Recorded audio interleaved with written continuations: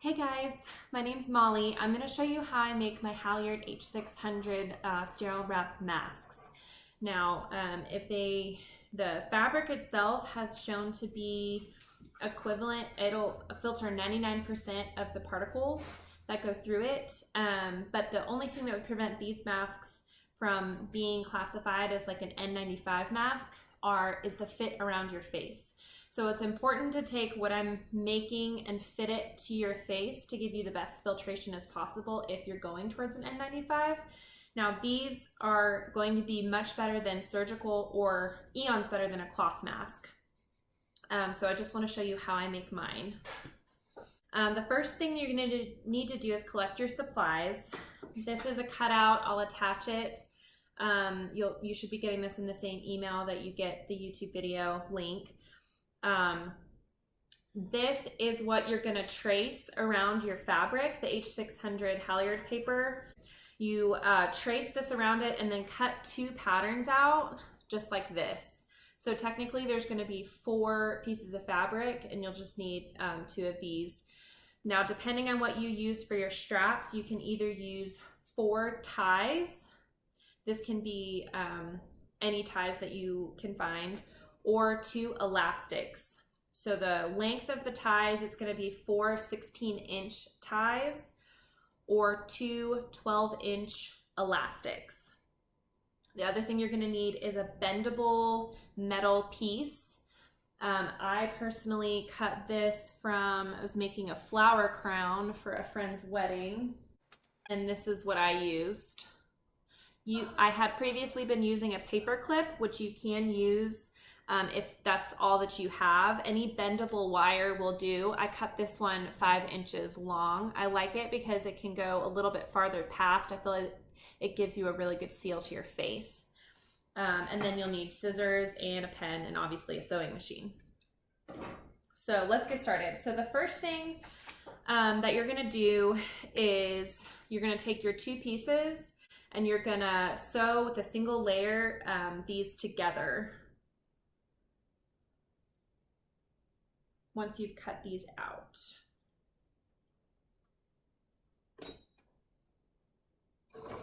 You're gonna leave a 1 centimeter seam along this edge.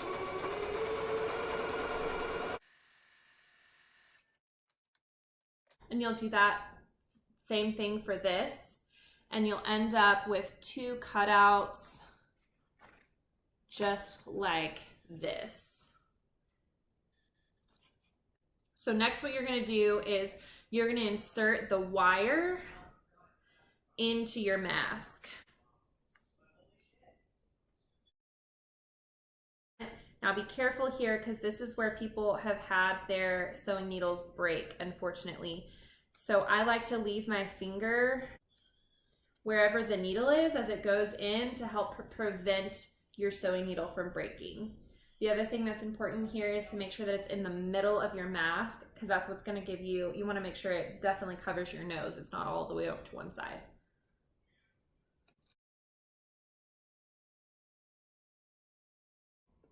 I like to use a zigzag method, but you can box it in as well.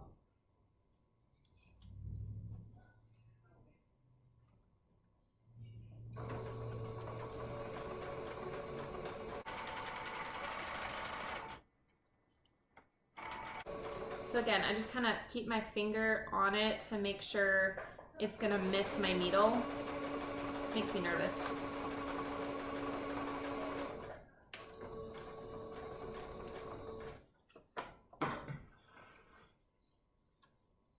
And you'll end up with something like that.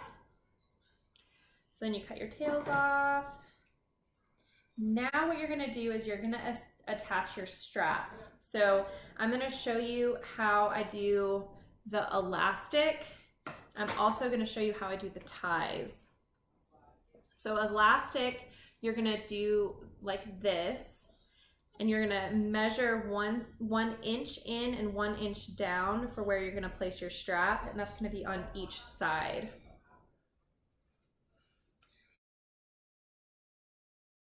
I'm gonna measure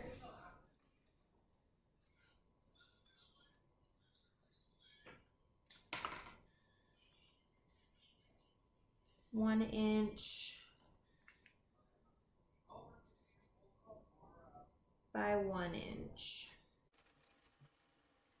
So you have your little markers on there, 1 inch by 1 inch. And you're gonna place your elastic just like that. And you're gonna sew it down.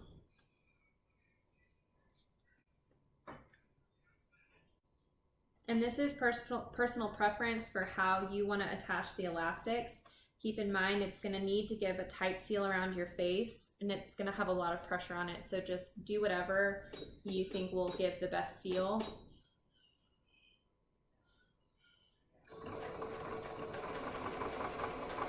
I like to go over it a few times just to make sure that it's secure.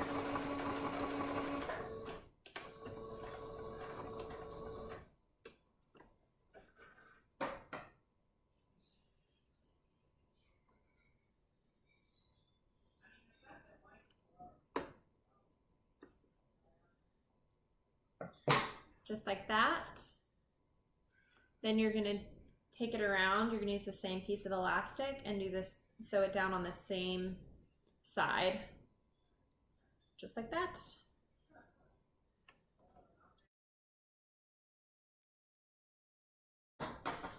So there's the elastics. Now I'm gonna really quick show you the straps. The thing that you have to remember is it can fray on the ends. So that's why we have our candle here. So we can just seal off these edges a little bit. It also can catch fire, but that's okay. So I'm gonna show you how we did this on these. And I'm gonna attach this one just so I can show you. So it's 1 inch on 1 inch, and I'm gonna sew this in place.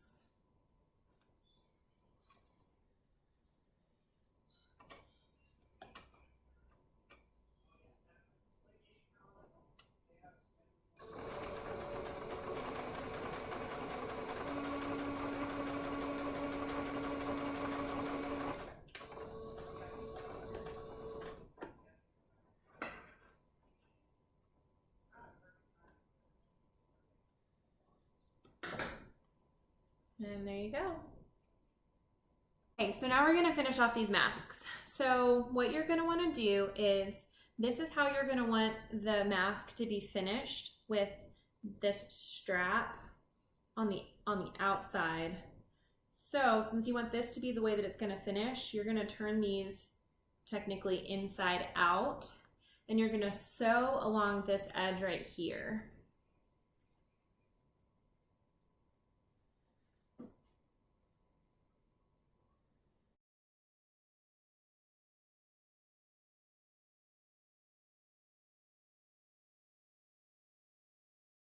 And then here, I just like to follow it around. It's not technically a specific seam. You need one. I would do 1/2 centimeter to 1 centimeter. There's no requirement here though.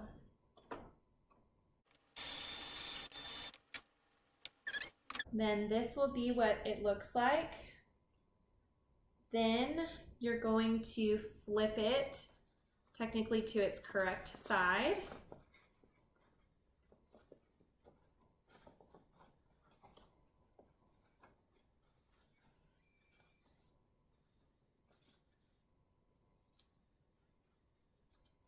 And this will be your completed mask with ties.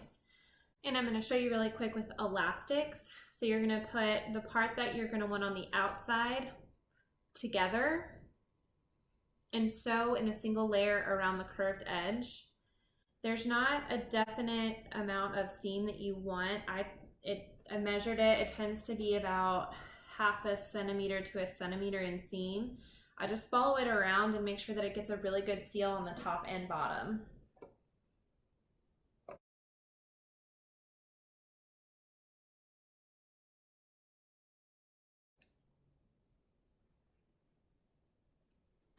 You can make any corrections that you need to.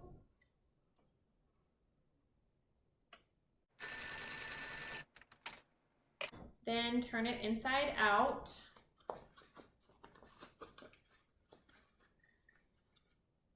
And that is your completed mask. Show you how to put it on.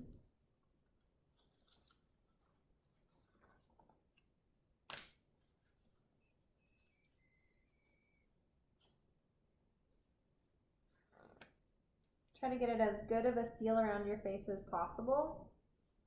And there you go. For cleaning, these technically can be sterilized, especially with the cotton straps. They can be sterilized in an autoclave or a Sterate if your hospital has one. I've also put these in the oven at 170 degrees for 45 minutes, and they held up very well. If you have enough, you can just do single use and throw them away after you use them. Thanks, guys.